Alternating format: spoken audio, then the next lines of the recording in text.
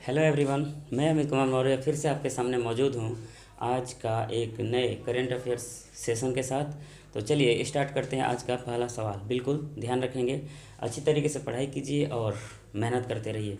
Question number first आपके सामने है, आर्थिक स्वतंत्रता सूचकांक 2021 में कौन सा देश शीर्ष पर रहा है, यानी कि इंडेक्स ऑफ इकोनॉमिक फ्रीडम 2021 आर्थिक स्वतंत्रता सूचकांक 2021 में कौन सा देश शीर्ष पर रहा है। ऑप्शन ए है सिंगापुर, ऑप्शन बी है न्यूजीलैंड, ऑप्शन सी है जापान, ऑप्शन डी है ऑस्ट्रेलिया। तो यहाँ पर ऑप्शन आपका ए सही होगा, सिंगापुर है ना। तो यह ध्यान रखेंगे, सिंगापुर आर्थिक स्वतंत्रता सूचकांक में 2021 में सबसे टॉप किया है, लगातार इसका दूसरा वर्ष है। याद रखेंगे, यह एक वार्षिक सूचकांक और रैंकिंग है, इसे कह सकते हैं। इसे वर्ष 1995 में द हेरिटेज फाउंडेशन और द वॉल स्ट्रीट जर्नल नामक थिंक टैंक द्वारा बनाया गया था, है ना। एक बात और मैं बता दूं, यह सूचकांक दुनिया के देशों के बीच आर्थिक स्वतंत्रता को मापता है ना। जो जितने भी देश होंगे उनके आर्थिक जो स्वतंत्रता होगी उसको मापने की कोशिश करता है। अगर बात करेंगे यहाँ पर सिंगापुर की, तो सिंगापुर की कैपिटल है सिंगापुर सिटी, है ना। सिंगापुर की कैपिटल क्या हो जाएगी, सिंगापुर सिटी। सिंगापुर की कैपिटल होगी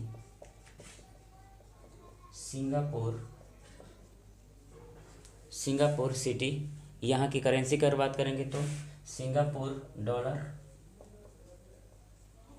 अगर यहाँ के प्रेसिडेंट की अगर बात करेंगे तो, राष्ट्रपति की बात करेंगे तो हलीमा याकूब। क्या नाम होगा, हलीमा याकूब। ये हैं सिंगापुर के राष्ट्रपति। पीएम की बात करेंगे तो ली सीन लुंग। पीएम की अगर बात करेंगे तो ली सीन लुंग। लेकिन आपको याद क्या रखना है, ये और ये, बिल्कुल यह इम्पोर्टेंट नहीं है। अब चलिए अगली बात करते हैं यहाँ पर। तो हमने आपको और भी अच्छा एक बात और मैं बता दूँ, आर्थिक स्वतंत्रता सूचकांक 2021 में अगर सिंगापुर टॉप किया है, लेकिन इसमें भारत का स्थान क्या है, तो ध्यान रखेंगे इसमें भारत का स्थान है 121। भारत का स्थान क्या है, 121, है ना। टोटल देश इसमें शामिल हुए थे 184। तो 184 देशों में भारत 121वें स्थान पर है, बिल्कुल ध्यान में रखेंगे। चलिए अब अगली बात करते हैं यहाँ पर। तो मैंने आपको और बहुत सारे सूचकांक के बारे में आपको बताए थे, है ना। तो इसमें से कुछ रिवीजन कर लेते हैं और फिर इसके बाद आगे के क्वेश्चन पे बढ़ेंगे। क्लियर है मेरी बात। तो मैंने बताया था आपको आवास और शहरी मंत्रालय के द्वारा एक इंडेक्स जारी किया गया था और उस इंडेक्स का नाम है ईज ऑफ लिविंग इंडेक्स। इसमें कौन सा शहर टॉप किया था, तो इसमें शहर टॉप किया था आपका बेंगलुरु। दूसरा मैंने अगर बताया था तो नगर पालिका प्रदर्शन सूचकांक 2020, इसमें कौन सा शहर टॉप किया था, तो इंदौर किया था। अगर मैंने इसमें अगला सूचकांक बताया था आपको QS world university ranking, QS world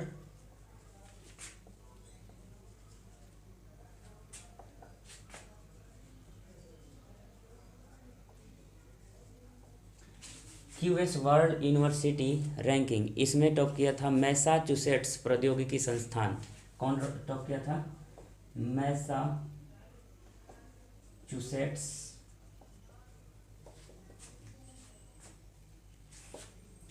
प्रौद्योगिकी संस्थान। ये कहाँ पर है, तो ये है यूएसए में, इसने टॉप किया था, है ना। इसमें 1000 लगभग ये विश्वविद्यालय को क्या किया गया था, इकट्ठा करके उसमें रैंक जारी किया गया था अलग अलग कंडीशन में। चलिए अगला मैंने बताया था ब्लूमबर्ग के बारे में। ब्लूमबर्ग भी एक सूचकांक जारी किया था, ब्लूमबर्ग नवाचार सूचकांक, यानी कि नवाचार का मतलब होता है नई खोज। तो इसमें टॉप किया था कौन, दक्षिण कोरिया। और ब्लूमबर्ग मैं यहाँ पर लिख रहा हूँ, ध्यान से समझिएगा, है ना। क्या है, ब्लूमबर्ग ने कैसा रिपोर्ट जारी किया था, तो यहाँ पर जारी किया था नवाचार इंडेक्स, नवाचार सूचकांक। और नवाचार सूचकांक में जो टॉप किया था वो देश था दक्षिण कोरिया। कौन सा देश था? दक्षिण कोरिया। नई खोजों के मामले में टॉप किया था कौन? दक्षिण कोरिया। अगर यहीं पर हम अपने भारत की बात करेंगे, नवाचार इंडेक्स में भारत का स्थान, लेकिन इसको जारी किसने किया? ब्लूमबर्ग। कौन? ब्लूमबर्ग। इसमें तो ध्यान रखेंगे भारत का स्थान है 50, भारत का रैंक क्या है? 50। अगर अगली बात करेंगे हम तो ये वाली भी बात हो ही गई आपसे। आर्थिक स्वतंत्रता सूचकांक 2021 में भारत का स्थान क्या है? 121वां। और टॉप क्या है कौन? तो टॉप क्या है आपका? सिंगापुर। चलिए अब बढ़ते हैं क्वेश्चन नंबर सेकंड की तरफ, है ना। तो क्वेश्चन नंबर सेकंड देखिएगा, एक मिनट।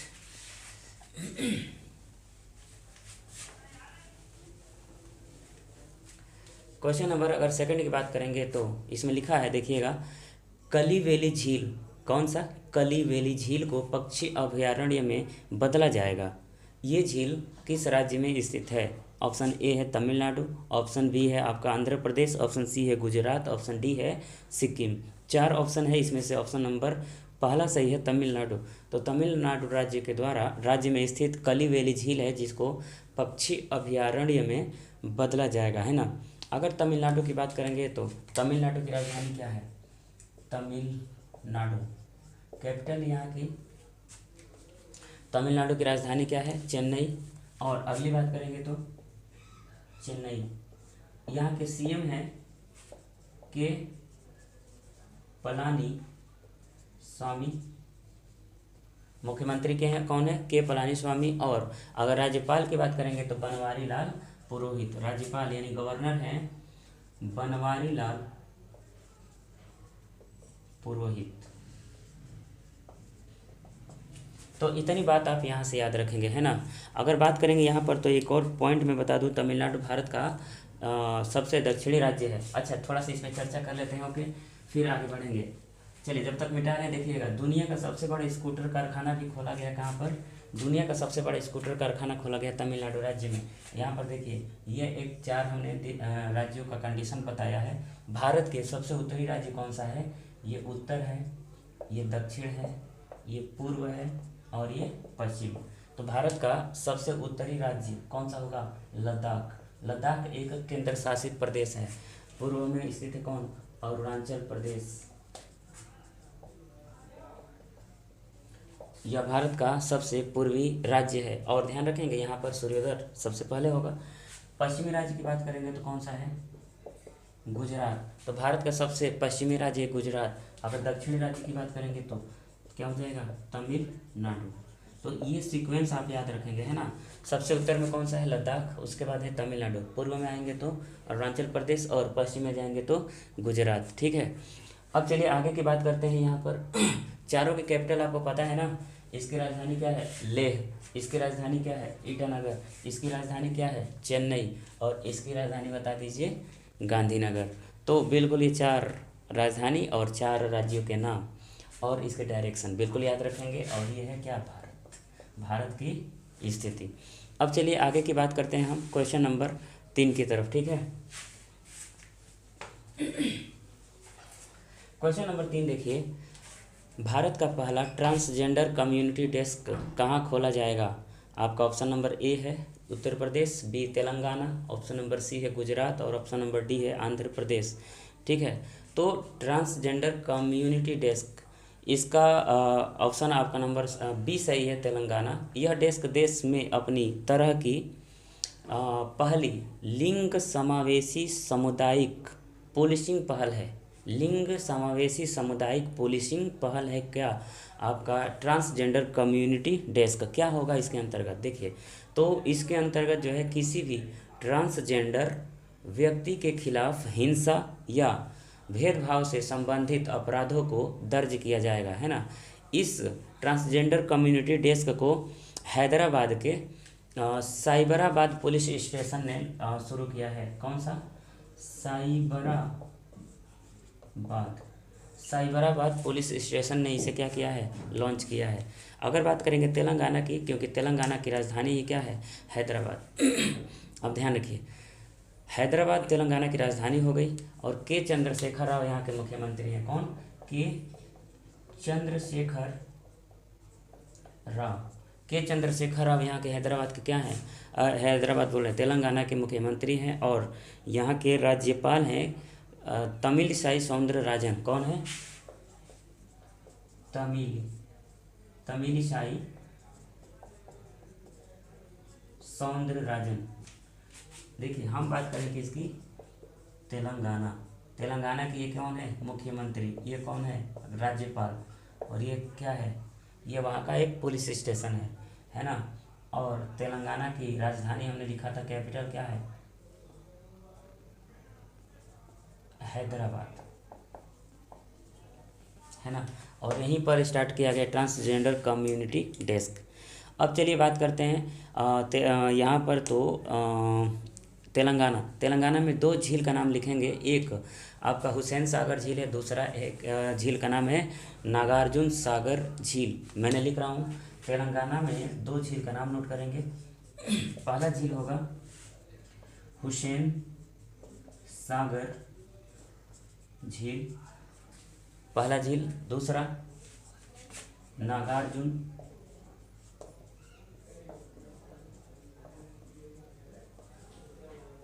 तो हुसैन सागर झील और नागार्जुन सागर झील, पहले ये दो याद करेंगे, फिर आएगा तो फिर हम आगे बताएंगे, है ना। तो यहाँ से मैंने इतनी पॉइंट जो आपको बताए हैं ये याद रखना है आपको, ठीक है। अब चलिए आगे की बात करते हैं। हाँ ध्यान रखेंगे, कल पूछा जाएगा, है ना। क्वेश्चन नंबर 4 की बात करेंगे तो देखिए क्वेश्चन नंबर 4 देखेंगे। A road map for entrepreneur, a road map for entrepreneur पुस्तक लॉन्च हुई है। और इसके लेखक कौन है? ऑप्शन नंबर ए है Jitendra Gupta, option number B है Ruskin Bond, option number C है मीना अय्यर और ऑप्शन नंबर डी है विनय कुमार सिंह। तो बिल्कुल यहाँ पर ऑप्शन नंबर ए सही है, जितेंद्र गुप्ता। तो जितेंद्र गुप्ता के द्वारा a road map for entrepreneur book को लिखा गया है, ठीक है ना। अब चलिए कुछ हम और किताबों की बात कर लेते हैं। यहाँ पर मैंने आपको बहुत सारे किताब बताए थे और आपको याद भी होंगे, तो इसमें हम कुछ रिवीजन कर लेते हैं, ठीक है। तो देखिए पहला बुक की बात हम करते हैं तो मैंने बताया था a new silk road India China. मैं लिखूं क्या यहाँ पर? लिखता हूँ, है ना। ए न्यू, अगर आपने लिखा है तो केवल क्या करेंगे इसे, और अगर नहीं लिखे नहीं है तो इसे अलग पेज पे क्या करेंगे, इसे नोट करेंगे। मेरी बात क्लियर हो रही है ना? अगर आप नहीं नोट किए होंगे तो इसे नोट करेंगे, है ना। तो ए न्यू सिल्क रोड, उसके बाद India China and the geopolitics, India China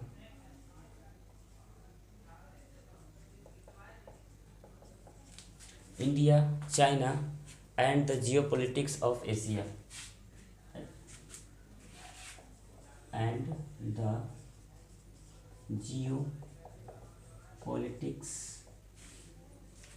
geopolitics of Asia. इस किताब को किसने लिखा था? देखिए याद करना बड़ी बात नहीं है, आप बस एक बार देखते रहिएगा, याद हो जाएगा अपने आप। अब आइए यहाँ पर मैं बात करूँ तो किंग सुकनाग, इसको कौन लिखे थे? किंग सुकनाग, है ना। A new silk road India China and the geopolitics of Asia, ये क्वेश्चन नंबर, ये पहली किताब हो गई।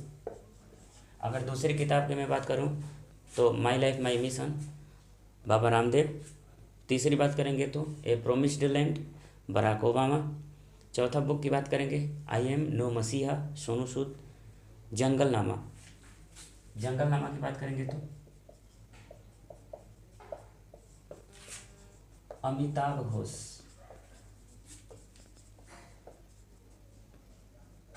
अमिताभ घोष के द्वारा जंगलनामा बुक लिखी गई। अगली बात करेंगे चेंजिंग इंडिया, आपको बताया मैंने मनमोहन सिंह। और मैंने एक और बताया था आपको, इसी क्वेश्चन में अगर मैंने देखा था ए रोड मैप फॉर इंटरप्रेन्योर। अब चलिए अगली बात करते हैं इसमें एक और किताब आप यहाँ पर देखेंगे। अच्छा आई एम मलाला, तो ये भी किताब आपने देखा है, मलाला यूसुफजई, जो कहाँ की रहने वाली हैं? पाकिस्तान की रहने वाली हैं। इतनी किताबों के बाद एक और देखिए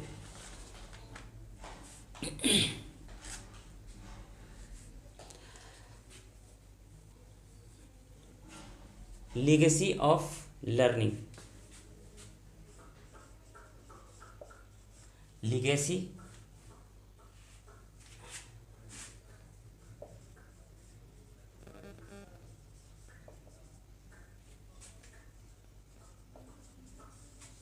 लीगेसी ऑफ लर्निंग, इस किताब को लिखा था सविता छावड़ा। जितने मैं नहीं लिख रहा हूँ आपको याद करने होंगे। Savita Chhawra, legacy of learning किसने लिखा? सविता छावड़ा ने। और एक और मैं अगर बताऊं तो आवर हिंदू राष्ट्र, आवर हिंदू, आवर हिंदू राष्ट्र, आवर हिंदू राष्ट्र, इस किताब को कितने लिखा था? आकर पटेल। तो आकर पटेल के द्वारा आवर हिंदू राष्ट्र बुक को लिखा गया। और अगर मैं एक और बात करूं, इंडिया 2030, यहाँ लिखते हैं ना, इंडिया 2030, इसके बाद द राइज ऑफ राजसिक, द राइज ऑफ राजसिक, the rise of Rajasik nation, राजसिक नेशन, यानी कि India 2030 the rise of Rajasik nation. और इस किताब को किसने लिखा है? तो गौतम चिकेरमाने, गौतम चिकेरमाने, गौतम चिकेरमाने। एक जगह किताबों को नोट करते रहना है ना। तो मैंने आपको इतना का बताया, a new silk road, India China and the geopolitics of Asia. और इस किताब को किसने लिखा है? तो इस किताब को किंगसुक नाग के द्वारा लिखी गई है। India 2030 the rise of Rajasik nation, Gautam Chikermane. उसके बाद जंगलनामा की बात करेंगे तो Amitav Ghosh, legacy of learning Savita छावड़ा, आवर हिंदू राष्ट्र आकर पटेल। इतनी बात नोट करेंगे। फिर अब चलिए क्वेश्चन नंबर आगे की तरफ बढ़ते हैं। ठीक है, मेरी बात ध्यान में समझ में आ रही है ना? तो अब चलते हैं क्वेश्चन नंबर, कितना हो गया?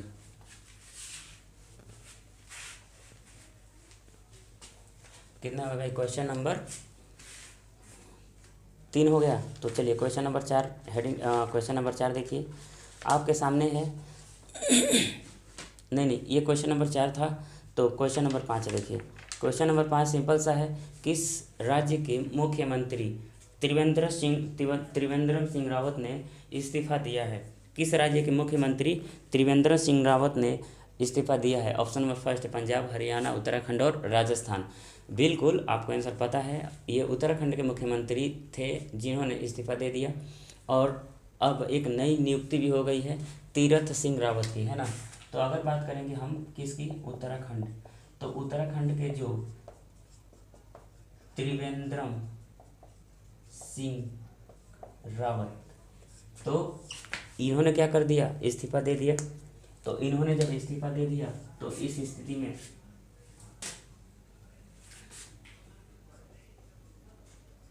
इस्तीफा के बाद उत्तराखंड में नए मुख्यमंत्री की नियुक्ति हुई है जिसका नाम है तीरथ सिंह रावत, तीरथ सिंह रावत, है ना। तीरथ सिंह रावत की क्या हुई? अगली नियुक्ति। तो अब मुख्यमंत्री कौन है? तीरथ सिंह रावत। राज्यपाल कौन है?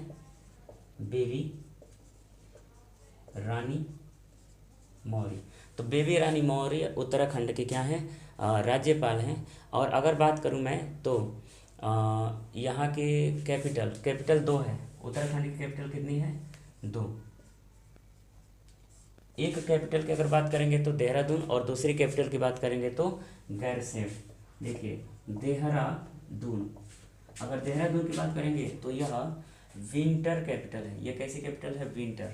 और दूसरी अगर बात करेंगे उत्तराखंड की तो गैरसैंण। गैरसैंण जो है यह समर कैपिटल है। कैसी है? समर। यानी कि देहरादून शीतकालीन राजधानी है, गैरसैंण ग्रीष्मकालीन राजधानी है किसकी? उत्तराखंड की। अब चलिए अगली बात करते हैं। यहाँ पर उत्तराखंड की अगर बात करेंगे तो ध्यान रखेंगे उत्तराखंड में एक नेशनल पार्क है जिसका नाम है जिम कॉर्बेट नेशनल पार्क, और यह भारत का सबसे पुराना नेशनल पार्क है। ध्यान रखेंगे Jim Corbett national park, Jim Corbett राष्ट्रीय उद्यान या नेशनल पार्क, इसका जो ओल्ड नेम था, पुराना नाम क्या था? Heli national park. Heli national park जो अभी इसका नाम है जिम कॉर्बेट नेशनल पार्क, यह भारत का सबसे पुराना नेशनल पार्क है। कहाँ पर स्थित है? तो उत्तराखंड में। अगली बात करेंगे टिहरी बांध, भारत का सबसे ऊंचा बांध है और यह भी कहाँ पर स्थित है? तो यह भी स्थित है उत्तराखंड में। नदी कौन सी हो जाएगी? भागीरथी नदी। ठीक है। अब चलिए अगले मुद्दे की बात करते हैं यहाँ पर। तो यहाँ पर अगर मैंने मुख्यमंत्री की बारे में बताया था कि उन्होंने इस्तीफा दिया था, तो कुछ मुख्यमंत्री से रिलेटेड कुछ सवालों पे हम चर्चा कर लेते हैं। तो देखिए पहली बात मैं ये कहूँ कि संविधान में 164 आर्टिकल, संविधान के आर्टिकल 164 अनुच्छेद 164 के तहत मुख्यमंत्री की नियुक्ति के बारे में कहा गया है ना। और ये भी समझिएगा राज्य के जो शासन करने की जो व्यवस्था है, यह वास्तविक जो अध्यक्ष होता है राज्य में शासन करने के वास्तविक अध्यक्ष कौन होता है? मुख्यमंत्री होता है। और आर्टिकल 167 इसमें मुख्यमंत्री के कार्य करने के कार्य का वर्णन किया गया है। मुख्यमंत्री के कार्य क्या है उसका वर्णन किया गया है। और अगर मैं बात करूँ मुख्यमंत्री बनने का, तो सीएम बनने का जो न्यूनतम उम्र है वह कितना है? 25 ईयर, यानी कि 25 वर्ष कम से वो न्यूनतम आयु है मुख्यमंत्री पद के लिए। अगर बात करेंगे त्याग पत्र के लिए, क्योंकि इन्होंने इस्तीफा दिया है, तो त्याग पत्र की अगर बात करेंगे तो त्रिवेंद्रम सिंह रावत ने बेबी रानी मौर्य को त्याग पत्र दिए थे। मतलब कि मुख्यमंत्री अपना इस्तीफा किसको देते हैं? राज्यपाल को। और एक और मैं बात बता दूं, चिपको आंदोलन जो है पेड़ों को काटने से बचाने के लिए चलाया गया था, वो भी कहाँ पर? उत्तराखंड में 1973 क्या है? चिपको आंदोलन है ना। वहाँ पर क्या हो रहा था? जैसे कोई पेड़ काटने जाता था उसको, पेड़ को ऐसे चपक जाते थे लोग, चपक जाते पेड़ों को बचाने के लिए। तो चिपको आंदोलन चलाया गया था कहाँ पर? उत्तराखंड में ही है ना, 1973। अब चलिए आगे बात करते हैं क्वेश्चन नंबर 6 की। 1 मिनट।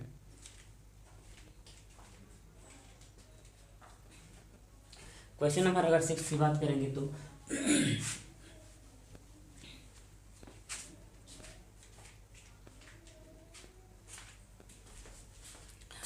देखिए किस कंपनी ने महिलाओं को उद्यमी बनाने के लिए वुमेन विल वेब पोर्टल को लॉन्च किया है?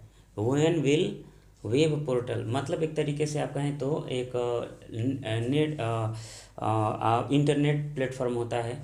किस कंपनी ने महिलाओं को उद्यमी बनाने के लिए, उद्योगों में इन्वॉल्व होने के लिए वुमेन विल वेब पोर्टल को लॉन्च किया है? Option A Google, option B Reliance Industries, option C आपका है फेसबुक, ऑप्शन सी है ऑप्शन सी क्या है? एप्पल। तो यहाँ पर क्वेश्चन नंबर 6 का ऑप्शन नंबर ए सही है, गूगल है ना। तो गूगल के द्वारा महिलाओं को उद्यमी बनाने के लिए वुमेन विल पोर्टल को लॉन्च किया गया है, वुमेन विल वेब पोर्टल को लॉन्च किया गया है। अब यहाँ पर अगर मैं बात करूँ तो अभी आपको पता है 8 मार्च को अंतर्राष्ट्रीय महिला दिवस मनाया गया। अंतर्राष्ट्रीय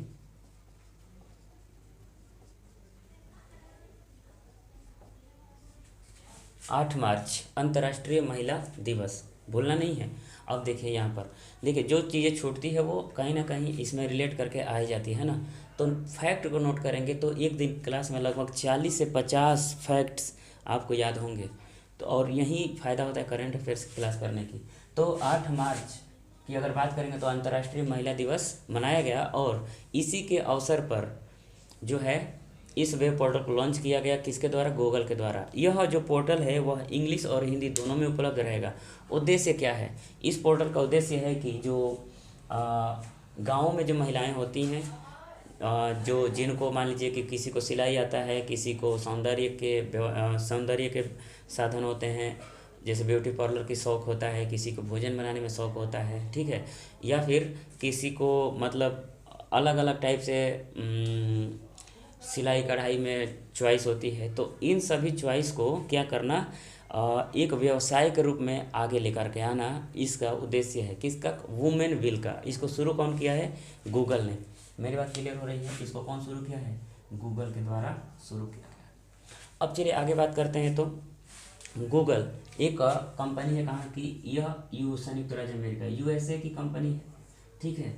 अगर इसकी बात करेंगे स्थापना की, तो 1998 में किया गया था, 1998 में इसकी स्थापना की गई थी। सन टाइम एक डेट याद नहीं रखना होता है, फिर भी 4 सितंबर 1998। अगली बात करेंगे यहाँ पर गूगल के जो सीईओ हैं, तो सीईओ कौन है? सुंदर पिचाई, चीफ एग्जीक्यूटिव ऑफिसर, यानी मुख्य कार्यकारी अधिकारी। कौन? मुख्य कार्यकारी अधिकारी कौन है? सुंदर पिचाई। अच्छा, अब मैं यहाँ पर बात करूँ तो इसके हेडक्वार्टर कैलिफोर्निया। हेडक्वार्टर क्या है? हेडक्वार्टर है कैलिफोर्निया, ठीक है। अब चलिए आगे की बात करते हैं। संस्थापक सर्गेई ब्रिन है और लैरी पेज, दोनों ने मिलकर के इसकी स्थापना किए थे। क्वेश्चन नंबर 7 देखिए। क्वेश्चन नंबर 7 क्या है? बहुत ही सिंपल सा। क्वेश्चन नंबर 7 है कि गुड़ महोत्सव 2021 किस राज्य में मनाया गया है? गुड़ महोत्सव 2021।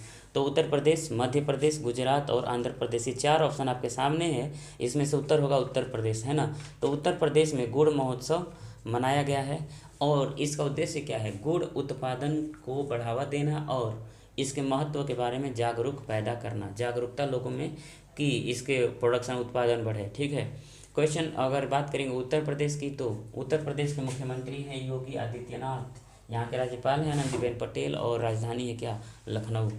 अब चलिए क्वेश्चन नंबर 8 देखते हैं। तो गुड़ महोत्सव याद रखेंगे। क्वेश्चन नंबर 8 देखिए। मीनाक्षी वर्मा को किस राज्य में एक दिन के लिए गृह मंत्री बनाया गया है? मीनाक्षी वर्मा को किस राज्य में एक दिन के लिए गृह मंत्री बनाया गया था करिए। तो यहाँ पर ऑप्शन नंबर ए गुजरात, दूसरा है सिक्किम, तीसरा है आंध्र प्रदेश, चौथा मध्य प्रदेश। तो यहाँ पर आंसर होगा आपका मध्य प्रदेश, है ना। तो बिल्कुल आपको पता है 8 मार्च को इंटरनेशनल वुमेंस डे, अंतर्राष्ट्रीय महिला दिवस मनाया गया। उसी के उपलक्ष्य में एक मध्य प्रदेश की कांस्टेबल जिसका नाम है मीनाक्षी वर्मा, इनको मध्य प्रदेश में गृह मंत्री के द्वारा अपनी कुर्सी को इनको सौंपा गया था। कितने दिनों के लिए? एक दिन के लिए। मध्य प्रदेश की अगर बात करेंगे गृह मंत्री की, तो नरोत्तम मिश्र, नाम क्या है?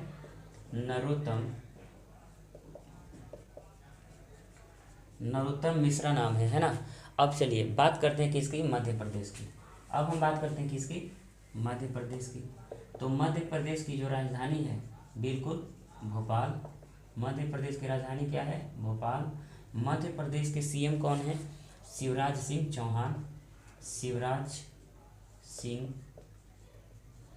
चौहान। और अगर बात करेंगे यहाँ के राज्यपाल की, तो राज्यपाल कौन है? ये सीएम है, ये गवर्नर है, ये राजधानी है। तो राज्यपाल यहाँ के कौन है? आनंदीबेन पटेल। तो आनंदीबेन पटेल यहाँ की क्या है? राज्यपाल है। अब चलिए आगे की बात करते हैं। अब क्वेश्चन नंबर आगे देखिएगा। Question number 9। स्विस ओपन 2021 में, कौन सा ओपन? स्विस ओपन 2021 में महिला एकल का खिताब किसने जीता है? ऑप्शन ए है पीवी सिंधु, ऑप्शन बी है कैरोलिन मारिन, ऑप्शन सी है मिया ब्लिचफेल्ट, ऑप्शन डी है साइना नेहवाल। तो यहाँ पर आपका आंसर होगा B, Caroline मॉरिन।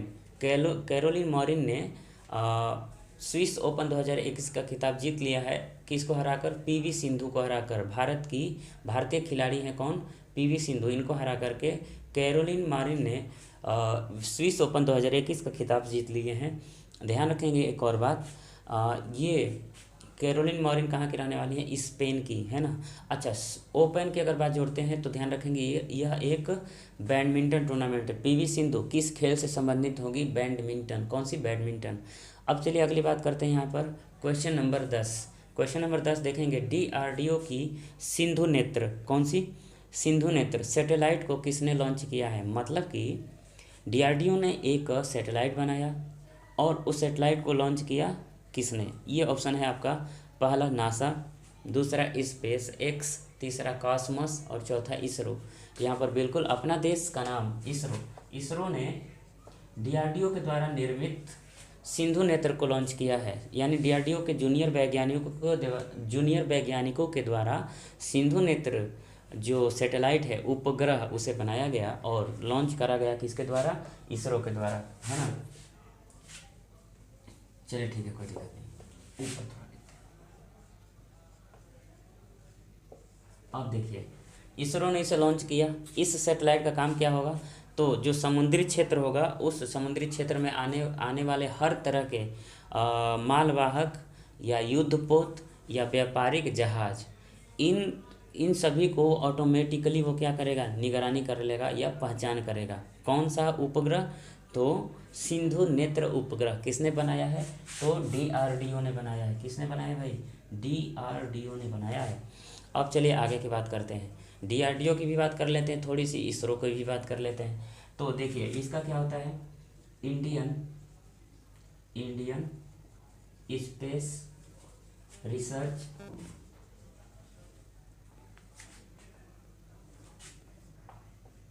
Organisation, Indian Space Research Organisation, इसका क्या हो जाएगा, फुल फॉर्म हो जाएगा। अगर बात करेंगे इसकी स्थापना की 1969 में इसरो की स्थापना की गई थी। इसमें अगर बात करेंगे तो अध्यक्ष कौन है, अच्छा हेड क्वार्टर कहाँ हो जाएगा, हेड क्वार्टर हो जाए बेंगलुरु, और यहाँ के अध्यक्ष कौन होंगे, अध्यक्ष हो जाएंगे के सिवान। एक और मैं बात बता दूं, इन्हें कहा जाता है रॉकेट मैन ऑफ, ठीक है। तो इंडिया स्पेस रिसर्च ऑर्गेनाइजेशन 1969 में इसकी स्थापना की गई थी। बेंगलुरु इसका हेडक्वार्टर है, के सिवान इसके क्या हैं, अध्यक्ष हैं, और इन्हें ही कहा जाता है रॉकेट मैन ऑफ इंडिया। और मिसाइल मैन किसे कहा जाएगा, डॉक्टर एपीजे अब्दुल कलाम। अगर बात करेंगे डीआरडीओ की, तो इसकी फुल फॉर्म होती है डिफेंस रिसर्च डेवलपमेंट ऑर्गेनाइजेशन। देखिए लिखने से ये फ़ायदा है कि जब मैं लिख रहा हूँ तो आप भी लिखेंगे, एक अच्छी तरीके से जब लिखेंगे तो उसका क्या होगा, प्रैक्टिस बनेगा। तो ये आपके लिए एक फ़ायदेमंद चीज़ होगी, है ना। अगर बात करेंगे इसकी स्थापना की, तो 1958 में डीआरडीओ की स्थापना किया गया था। और इसका हेडक्वार्टर कहाँ पर है भाई, नई दिल्ली में, न्यू दिल्ली। और इसके अध्यक्ष कौन है, ये है मुख्यालय, हेडक्वार्टर मतलब मुख्यालय। अध्यक्ष हैं कौन, अध्यक्ष हैं जी सतीश रेड्डी। तो डीआरडीओ के अध्यक्ष हैं जी सतीश रेड्डी, ठीक है। तो इतनी बातें आप याद रखेंगे, यानी दिक्कत नहीं होनी चाहिए। चलिए अब बात करते हैं क्वेश्चन नंबर 11 की, है ना। क्वेश्चन नंबर 11 देखिए, भारत और किस देश के बीच आतंकवादी या आतंकवाद रोधी सैन्य अभ्यास डस्ट लीक आयोजित किया गया है। कौन सा, डस्ट लीक। एक मिनट इसे थोड़ा सा इरेज करते हैं पहले, क्वेश्चन को ध्यान से देखिए।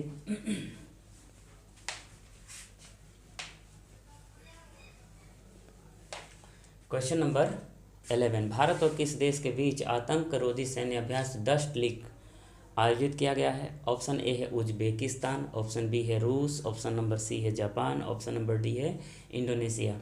तो यहाँ पर आंसर होगा उज्बेकिस्तान, है ना। तो उज्बेकिस्तान और भारत के बीच में आतंकवाद रोधी सैन्य अभ्यास जिसका नाम है डस्ट लीक और इसे आयोजित किया गया है 9 मार्च 2021 से। कब से? 9 मार्च 2021। अच्छा, सवाल कैसा आएगा? जैसे कि डस्ट लीग सैन्य अभ्यास किस देश के बीच में होता है? आपको बताना होगा भारत और उज्बेकिस्तान, है ना। तो ये 9 मार्च 2021 से यह स्टार्ट होगा और ध्यान रखेंगे 21 मार्च तक चलेगा, है ना। तो ये स्टार्ट हो चुका है और यह कब तक चलेगा? 21 मार्च तक ये चलेगा, है। उद्देश्य क्या है? तो दोनों देशों के सेनाओं के बीच आपसी सहयोग को बढ़ावा देना, है ना, और आतंकवाद रोधी गतिविधियों से निपटने का यह इसका मुख्य उद्देश्य होगा। उज्बेकिस्तान की बात करेंगे तो उज्बेकिस्तान की राजधानी है ताशकंद। क्या है? ताशकंद, ठीक है। ताशकंद उज्बेकिस्तान की राजधानी है। इसकी करेंसी क्या है? उज्बेकिस्तानी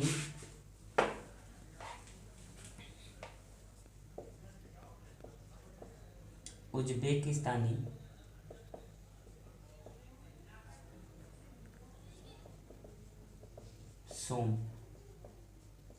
यानी कि उज्बेकिस्तानी सोम जो है क्या है? इसकी उज्बेकिस्तान की करेंसी है, मुद्रा है। जैसे भारत की मुद्रा क्या है? रुपया, हम लोग रुपया बोलते हैं, यहाँ पर सोम बोला जाता है।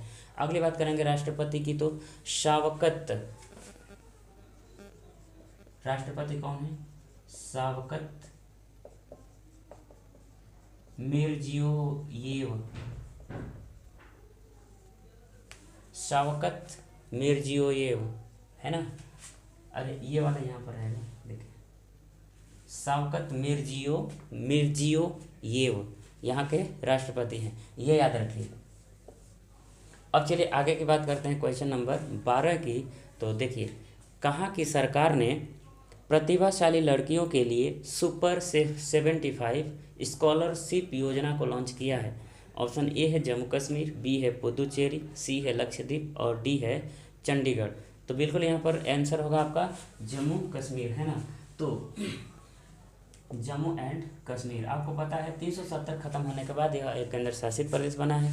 इसके साथ ही एक और राज्य बना है लद्दाख भी केंद्र शासित प्रदेश बना। तो हम बात करें जम्मू कश्मीर की, तो यहाँ के जो उपराज्यपाल हैं, और कौन है उपराज्यपाल? मनोज सिन्हा, उपराज्यपाल मनोज सिन्हा। तो मनोज सिन्हा के द्वारा इस योजना को लॉन्च किया गया है और इसका नाम क्या है? सुपर 75 स्कॉलरशिप योजना, है ना। इस योजना के तहत वहाँ के गरीब प्रतिभाशाली लड़कियों को पढ़ाने में सहायता की जाएगी। 18 से 35 वर्ष की लड़कियों को रोजगार के लिए, स्वरोजगार के लिए 5 लाख रुपए तक का सहायता राशि दी जाएगी, ठीक है। अगर बात करेंगे जम्मू कश्मीर की राजधानी की, तो जम्मू कश्मीर की भी राजधानी कितनी है? 2 है। एक राजधानी है जम्मू और दूसरी राजधानी क्या है? श्रीनगर। यानी कि जम्मू और दूसरी राजधानी क्या होगी? श्रीनगर, है ना। जम्मू कश्मीर की 2 कैपिटल। अब यहाँ पर बात है कि कौन सा क्या है, तो जम्मू विंटर, जम्मू कौन सी राजधानी है? विंटर, यानी कि शीतकालीन राजधानी जम्मू कश्मीर, और समर यानी कि ग्रीष्मकालीन, गर्मियों के लिए श्रीनगर राजधानी हो जाएगा और सर्दियों के लिए जम्मू राजधानी हो जाएगा। 2 राजधानी यहाँ से याद रखेंगे, जैसे आपने उत्तराखंड के लिए याद किया था, देहरादून और गैरसैंण। अब चलिए आगे की बात करते हैं। एक और सवाल कर लिया जाए। चलिए क्वेश्चन नंबर 13 आपके लिए अगला सवाल है। क्वेश्चन नंबर 13 देखिए, प्रधानमंत्री नरेंद्र मोदी ने भारत और किस देश के बीच मैत्री सेतु का उद्घाटन किया है? ऑप्शन ए है जापान, बी है बांग्लादेश, सी है इंडोनेशिया और डी है रूस। तो यहाँ पर मैत्री सेतु का उद्घाटन किए हैं कौन? प्रधानमंत्री नरेंद्र मोदी, और यह बांग्लादेश, भारत और बांग्लादेश के बीच में यह पुल होगा, है ना। 9 मार्च 2021 को वीडियो कॉन्फ्रेंस के जरिए इसका उद्घाटन किया गया था और यह किस नदी पर है? तो फेनी नदी, फेनी नदी पर यह ब्रिज बनाया गया है जिसका नाम क्या है? मैत्री सेतु। 1.9 किलोमीटर इसकी क्या है? डिस्टेंस है। इसकी दूरी कितनी है? 1.9 किलोमीटर, है ना। ध्यान रखेंगे यह भारत के त्रिपुरा और बांग्लादेश के बीच में बहती है, यानी भारत की कौन सी? त्रिपुरा, है ना, और बांग्लादेश के बीच में क्या करती है, नदी फ्लो करती है। अगर बात करेंगे, देखिए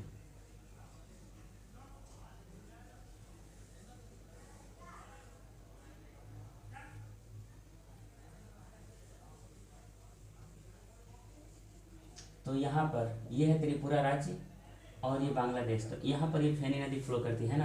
ये वाला क्या है, ये है बांग्लादेश, बांग्लादेश, और ये है ये नहीं, ये त्रिपुरा,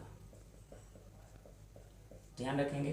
तो यहीं पर फेनी नदी और इसी एरिया में बनाया गया है मैत्री सेतु, है ना, जिसकी लंबाई 1.9 किलोमीटर। अब देखिए एक और मैं बात बता दूं, भारत के सबरूम और बांग्लादेश के रामगढ़ को जोड़ेगा। भारत की कौन सी जगह, तो यहाँ पर मैं लिख रहा हूँ अपने यहाँ सबरूम, और बांग्लादेश में रामगढ़। तो भारत के सबरूम और बांग्लादेश के रामगढ़ को यह पुल, जिसका नाम है मैत्री सेतु, जिसका उद्घाटन नरेंद्र मोदी ने किया है, वो इन दोनों जगहों को जोड़ेगा, है ना।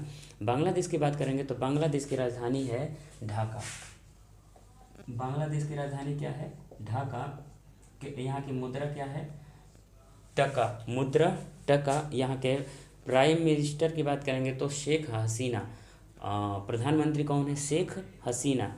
और राष्ट्रपति की बात करेंगे तो अब्दुल हामिद, क्या है, अब्दुल हामिद।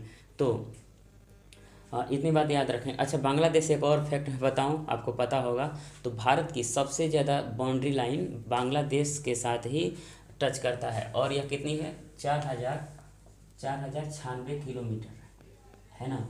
तो मेरे कहने का मतलब है कि जैसे यहाँ पर पाकिस्तान भी टच करता है, इधर नेपाल भी करता है, इधर चीन भी, इधर उसके बाद म्यांमार भी, है ना। तो इन सभी देशों में सबसे ज़्यादा जो बाउंड्री सीमा है वो किसके साथ है, बांग्लादेश के साथ है। और इसमें भारत के 5 राज्य बांग्लादेश को टच करते हैं, जिसमें पश्चिम बंगाल है, पश्चिम बंगाल के बाद असम, असम के बाद मेघालय, मेघालय के बाद त्रिपुरा, त्रिपुरा के बाद मिजोरम। ये 5 ऐसे राज्य हैं जो बांग्लादेश को छूते हैं, स्पर्श करते हैं, ठीक है। तो चलिए अब मिलते हैं हम अगले वीडियो में। तो आप खुश रहिए, मुस्कुराते रहिए। थैंक यू और love you all, bye bye, take care.